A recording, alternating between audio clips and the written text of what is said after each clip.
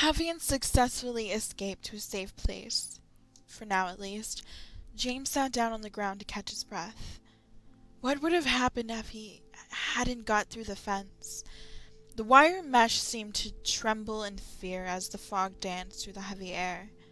The monsters seemed to sense that their prey had escaped, and they'd all given up and left. There wasn't a wriggling body to be seen anywhere. Once his heart rate slowed and his cold sweat ceased, James finally got back on his feet. His cheeks still felt a bit numb, but overall he didn't feel as sick as he had earlier. At least he didn't have to worry about dying from poison anymore. He was just worried. Woodside Apartments. What was waiting for him on the other side of the door? At first glance, it just seemed like incredibly good luck that he happened to stumble upon this place. But what if it was Mary's guidance that brought him here? Next to the apartment's entryway sat a beat-up old dumpster filled with accumulated trash of the daily lives of residents. James walked over to it and opened the lid. He pulled out a sheet from a bundle of old newspapers. Before he went inside, he'd need to clean himself up a bit. If Mary really was alive and waiting for him here, he didn't want to meet her with his boots this filthy. With the old newspaper, he wiped up the monster's blood the best he could. He caught sight of the sensational headline, "Man Commits Suicide with Spoon." Curious, James took a closer look at the article. It was printed in what appeared to be a local gossip magazine. He wasn't sure why, but it drew his attention. Police announced earlier today that Walter Sullivan, a suspect in the brutal murder of siblings Billy and Miriam Locane in Silent Hill last February, has committed suicide. He was arrested for the murders on the 18th of this month and was found dead in his cell on the morning of the 22nd. According to the official announcement, Sullivan killed himself by taking the spoon that came from his evening meal and thrusting it into the left front of his neck near the carotid artery. He embedded the spoon at least 2 inches into his neck, blood pouring from the wound. By the time the guards discovered him, he was already dead. Classmates from Walter Sullivan's hometown of Pleasant River are quoted as saying, "He didn't seem like the kind of guy who would go around killing children. He was always pretty quiet at school, but he was a nice person. I met the guy once, shortly before he was arrested. He set up a whole bunch of weird things. He's trying to kill me, to punish me. The red demon, that monster, please forgive me. I did it, but it wasn't me."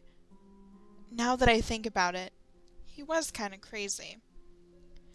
As he finished reading, James rubbed his neck. Why was he so fascinated by this? The method of suicide seemed like such a pitiful way to die. But it wasn't just one prisoner. This was a mundane event. Things like this happen all the time. However, the words printed on the page seemed to burn into his mind, and he couldn't stop thinking about them. The red demon. A vague image of such a thing appeared in his head.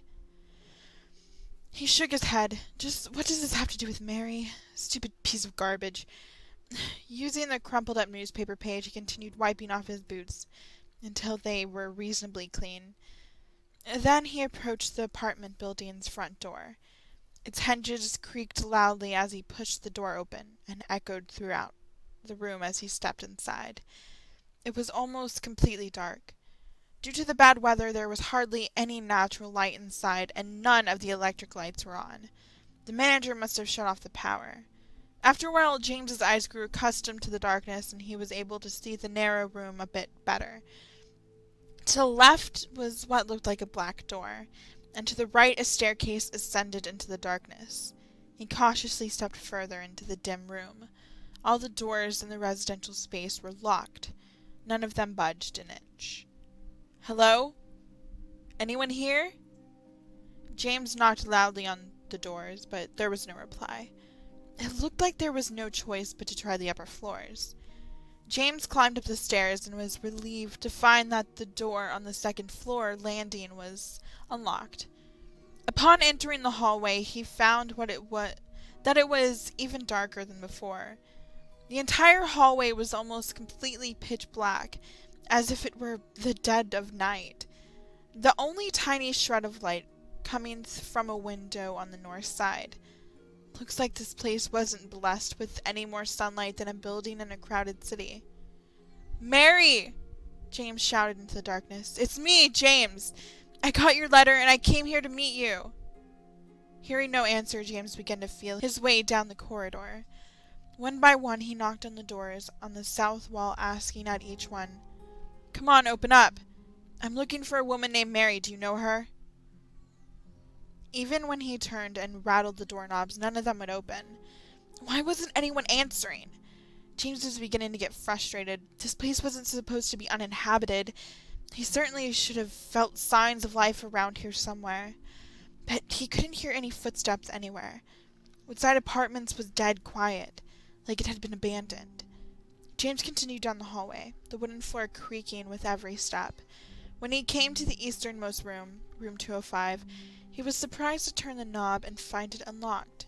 He cautiously peeked inside. "Excuse me," James said in a low voice. Running out of patience with the lack of replies, he didn't wait very long before he let himself in without permission. The room's overhead lights were turned off, but there was still a single source of illumination. Behind this light stood a human shadow that James took to be the apartment's inhabitant. "Sorry for barging in like this. I'm looking for someone. Have you seen—" James fell silent. As he approached, he saw that there was no use to talk to this person. Wearing only a blouse, skirt, and a cardigan, the figure stared back at him with a blank face.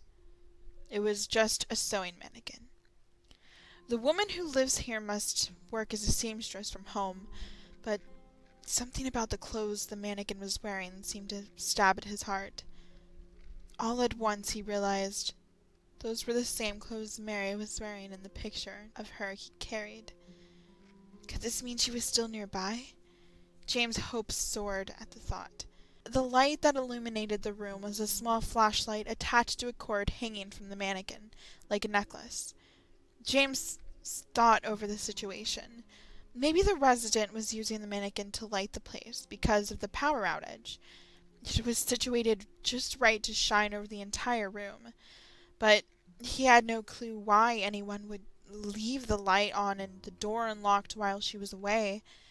Seeing as the person was away at the moment, James decided to borrow her flashlight. He took the light from the mannequin and hung it around his neck. At least now he would have an easier time getting around the apartments. Still, he felt a bit guilty. First trespassing and now theft. He really didn't have any ill intent. He just wanted to find Mary. Leaving room 205 behind, he proceeded down the corridor that extended north from the eastern edge of the first hallway. Immediately after he turned the corner, he stopped clean in his tracks. Flickers of static began to emanate from the radio in his coat pocket. The beam of his flashlight fell on what appeared to be a naked figure standing in the middle of the hallway. Only it didn't seem to have a head. A mannequin? James thought for a moment that maybe the mannequin from 205 was mad at him for stealing his flashlight, and it had chased him out here to take it back. The thought brought a bitter smile to his face. Still, seeing the thing just standing there made him more than a little bit nervous. That and the fact that when the radio made noise, there was likely a monster nearby. He took a couple wary steps forward to take a closer look at the mannequin. Its body was bent and posed in a manner that seemed almost coquettish. He first thought that something about its arms was strange. Only now he could see that it, in fact, had no arms. At the mannequin's waist, where its torso should have begun, was another pair of legs that were missing feet. These extra limbs were both bent and twisted into unnatural positions. The mannequin had a surreal style, almost in a weird, artistic way. But why wasn't it wearing any clothes? Suddenly, it moved, twisting around its extra legs. The mannequin's body began to sway back and forth. James's eyes opened wide in terror. This thing was no mannequin. It was another monster. Though it had a different form from the squirming monster from before, he had no doubt that they were related somehow. Oddly enough, he found the that being confronted by this grotesque being didn't bring up the same feeling of hatred and disgust that the other monsters had. Still, if it was half as dangerous as the other one, he didn't want to stick around. Leaving the mannequin creature behind, James turned and ran back to the second floor's main hallway. Now that he had a light, he could see another hallway branching off the main corridor and leading north. However, his flashlight also illuminated a figure lying on the floor that wriggled and squirmed in a very familiar manner. These things were running rampant in the town. First they had infested the streets, now they had spread into the apartment building. At least this explains why no one would answer him. The residents were probably all holed up in their rooms, hiding from the horrible creatures roaming the halls. Or had they all escaped like the person from room 205? It was becoming clear that the second floor was not a good place to be at the moment. Ducking into the stairwell to his left, he began to trudge toward the third floor. He hesitated for a moment. What would he do if there were monsters on the third floor too? Would he just try to leave the apartment building? But if he did that, he would also have to consider leaving Silent Hill altogether. He had come this far. The least he could do was keep trying. He opened the door to the third floor hallway just a crack and carefully listened for any signs of monsters roaming around. He couldn't be sure, but everything seemed quiet. As he opened the door, he stepped into the hallway. He saw that most of the living area was blocked off by a metal shutter that divided the corridor. It seemed a bit out of place here. Was it installed as a security measure, or was it put up to keep away the invading monsters? If the other side of those bars was a safe zone, there was a good chance Mary would be there, with the other residents. Now that he thought about it, James wished he was over there too. Anywhere was safer than here. He tried calling his wife's name through the bars, but there was still no answer. As worried as he was about Mary's safety, there was just no way around the shutter. Turning around, he saw that the small hallway was lined with two doors that sat side by side. Might as well check them out. It's not like I have anywhere else to go, James thought. The door to the room 302 wouldn't open, but 301 was unlocked. However, the room was completely empty. No furniture, no nothing. Instead, a lone shopping cart sat abandoned in the middle of the empty darkness. What was something like that doing here?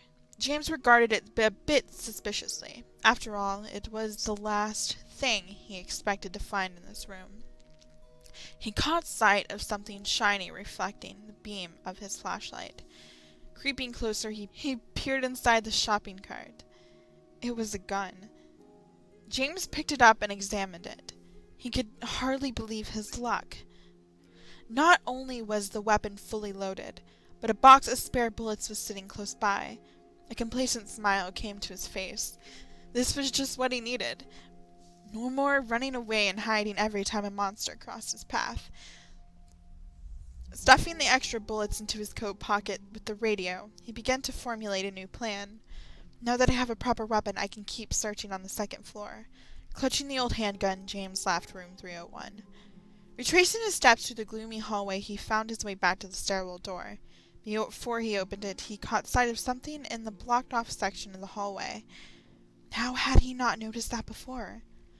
Under the beam of his flashlight, he saw a small object lying on the floor, just beyond the shutter. It was a key, sitting just close enough that he might be able to grab it if he reached far enough. Maybe it would unlock the shutter? He slid his hand underneath the grate and groped in the darkness to find the key. The tips of his fingers fell on something cold, stretching out his arm as far as he was able. James tried to pull the key closer. Just a little more. Suddenly, James felt the presence of another person. Before he could see what was happening, a tennis shoe-clad foot came into view and in one magnificent strike kicked the key far across the hall. "Hey!"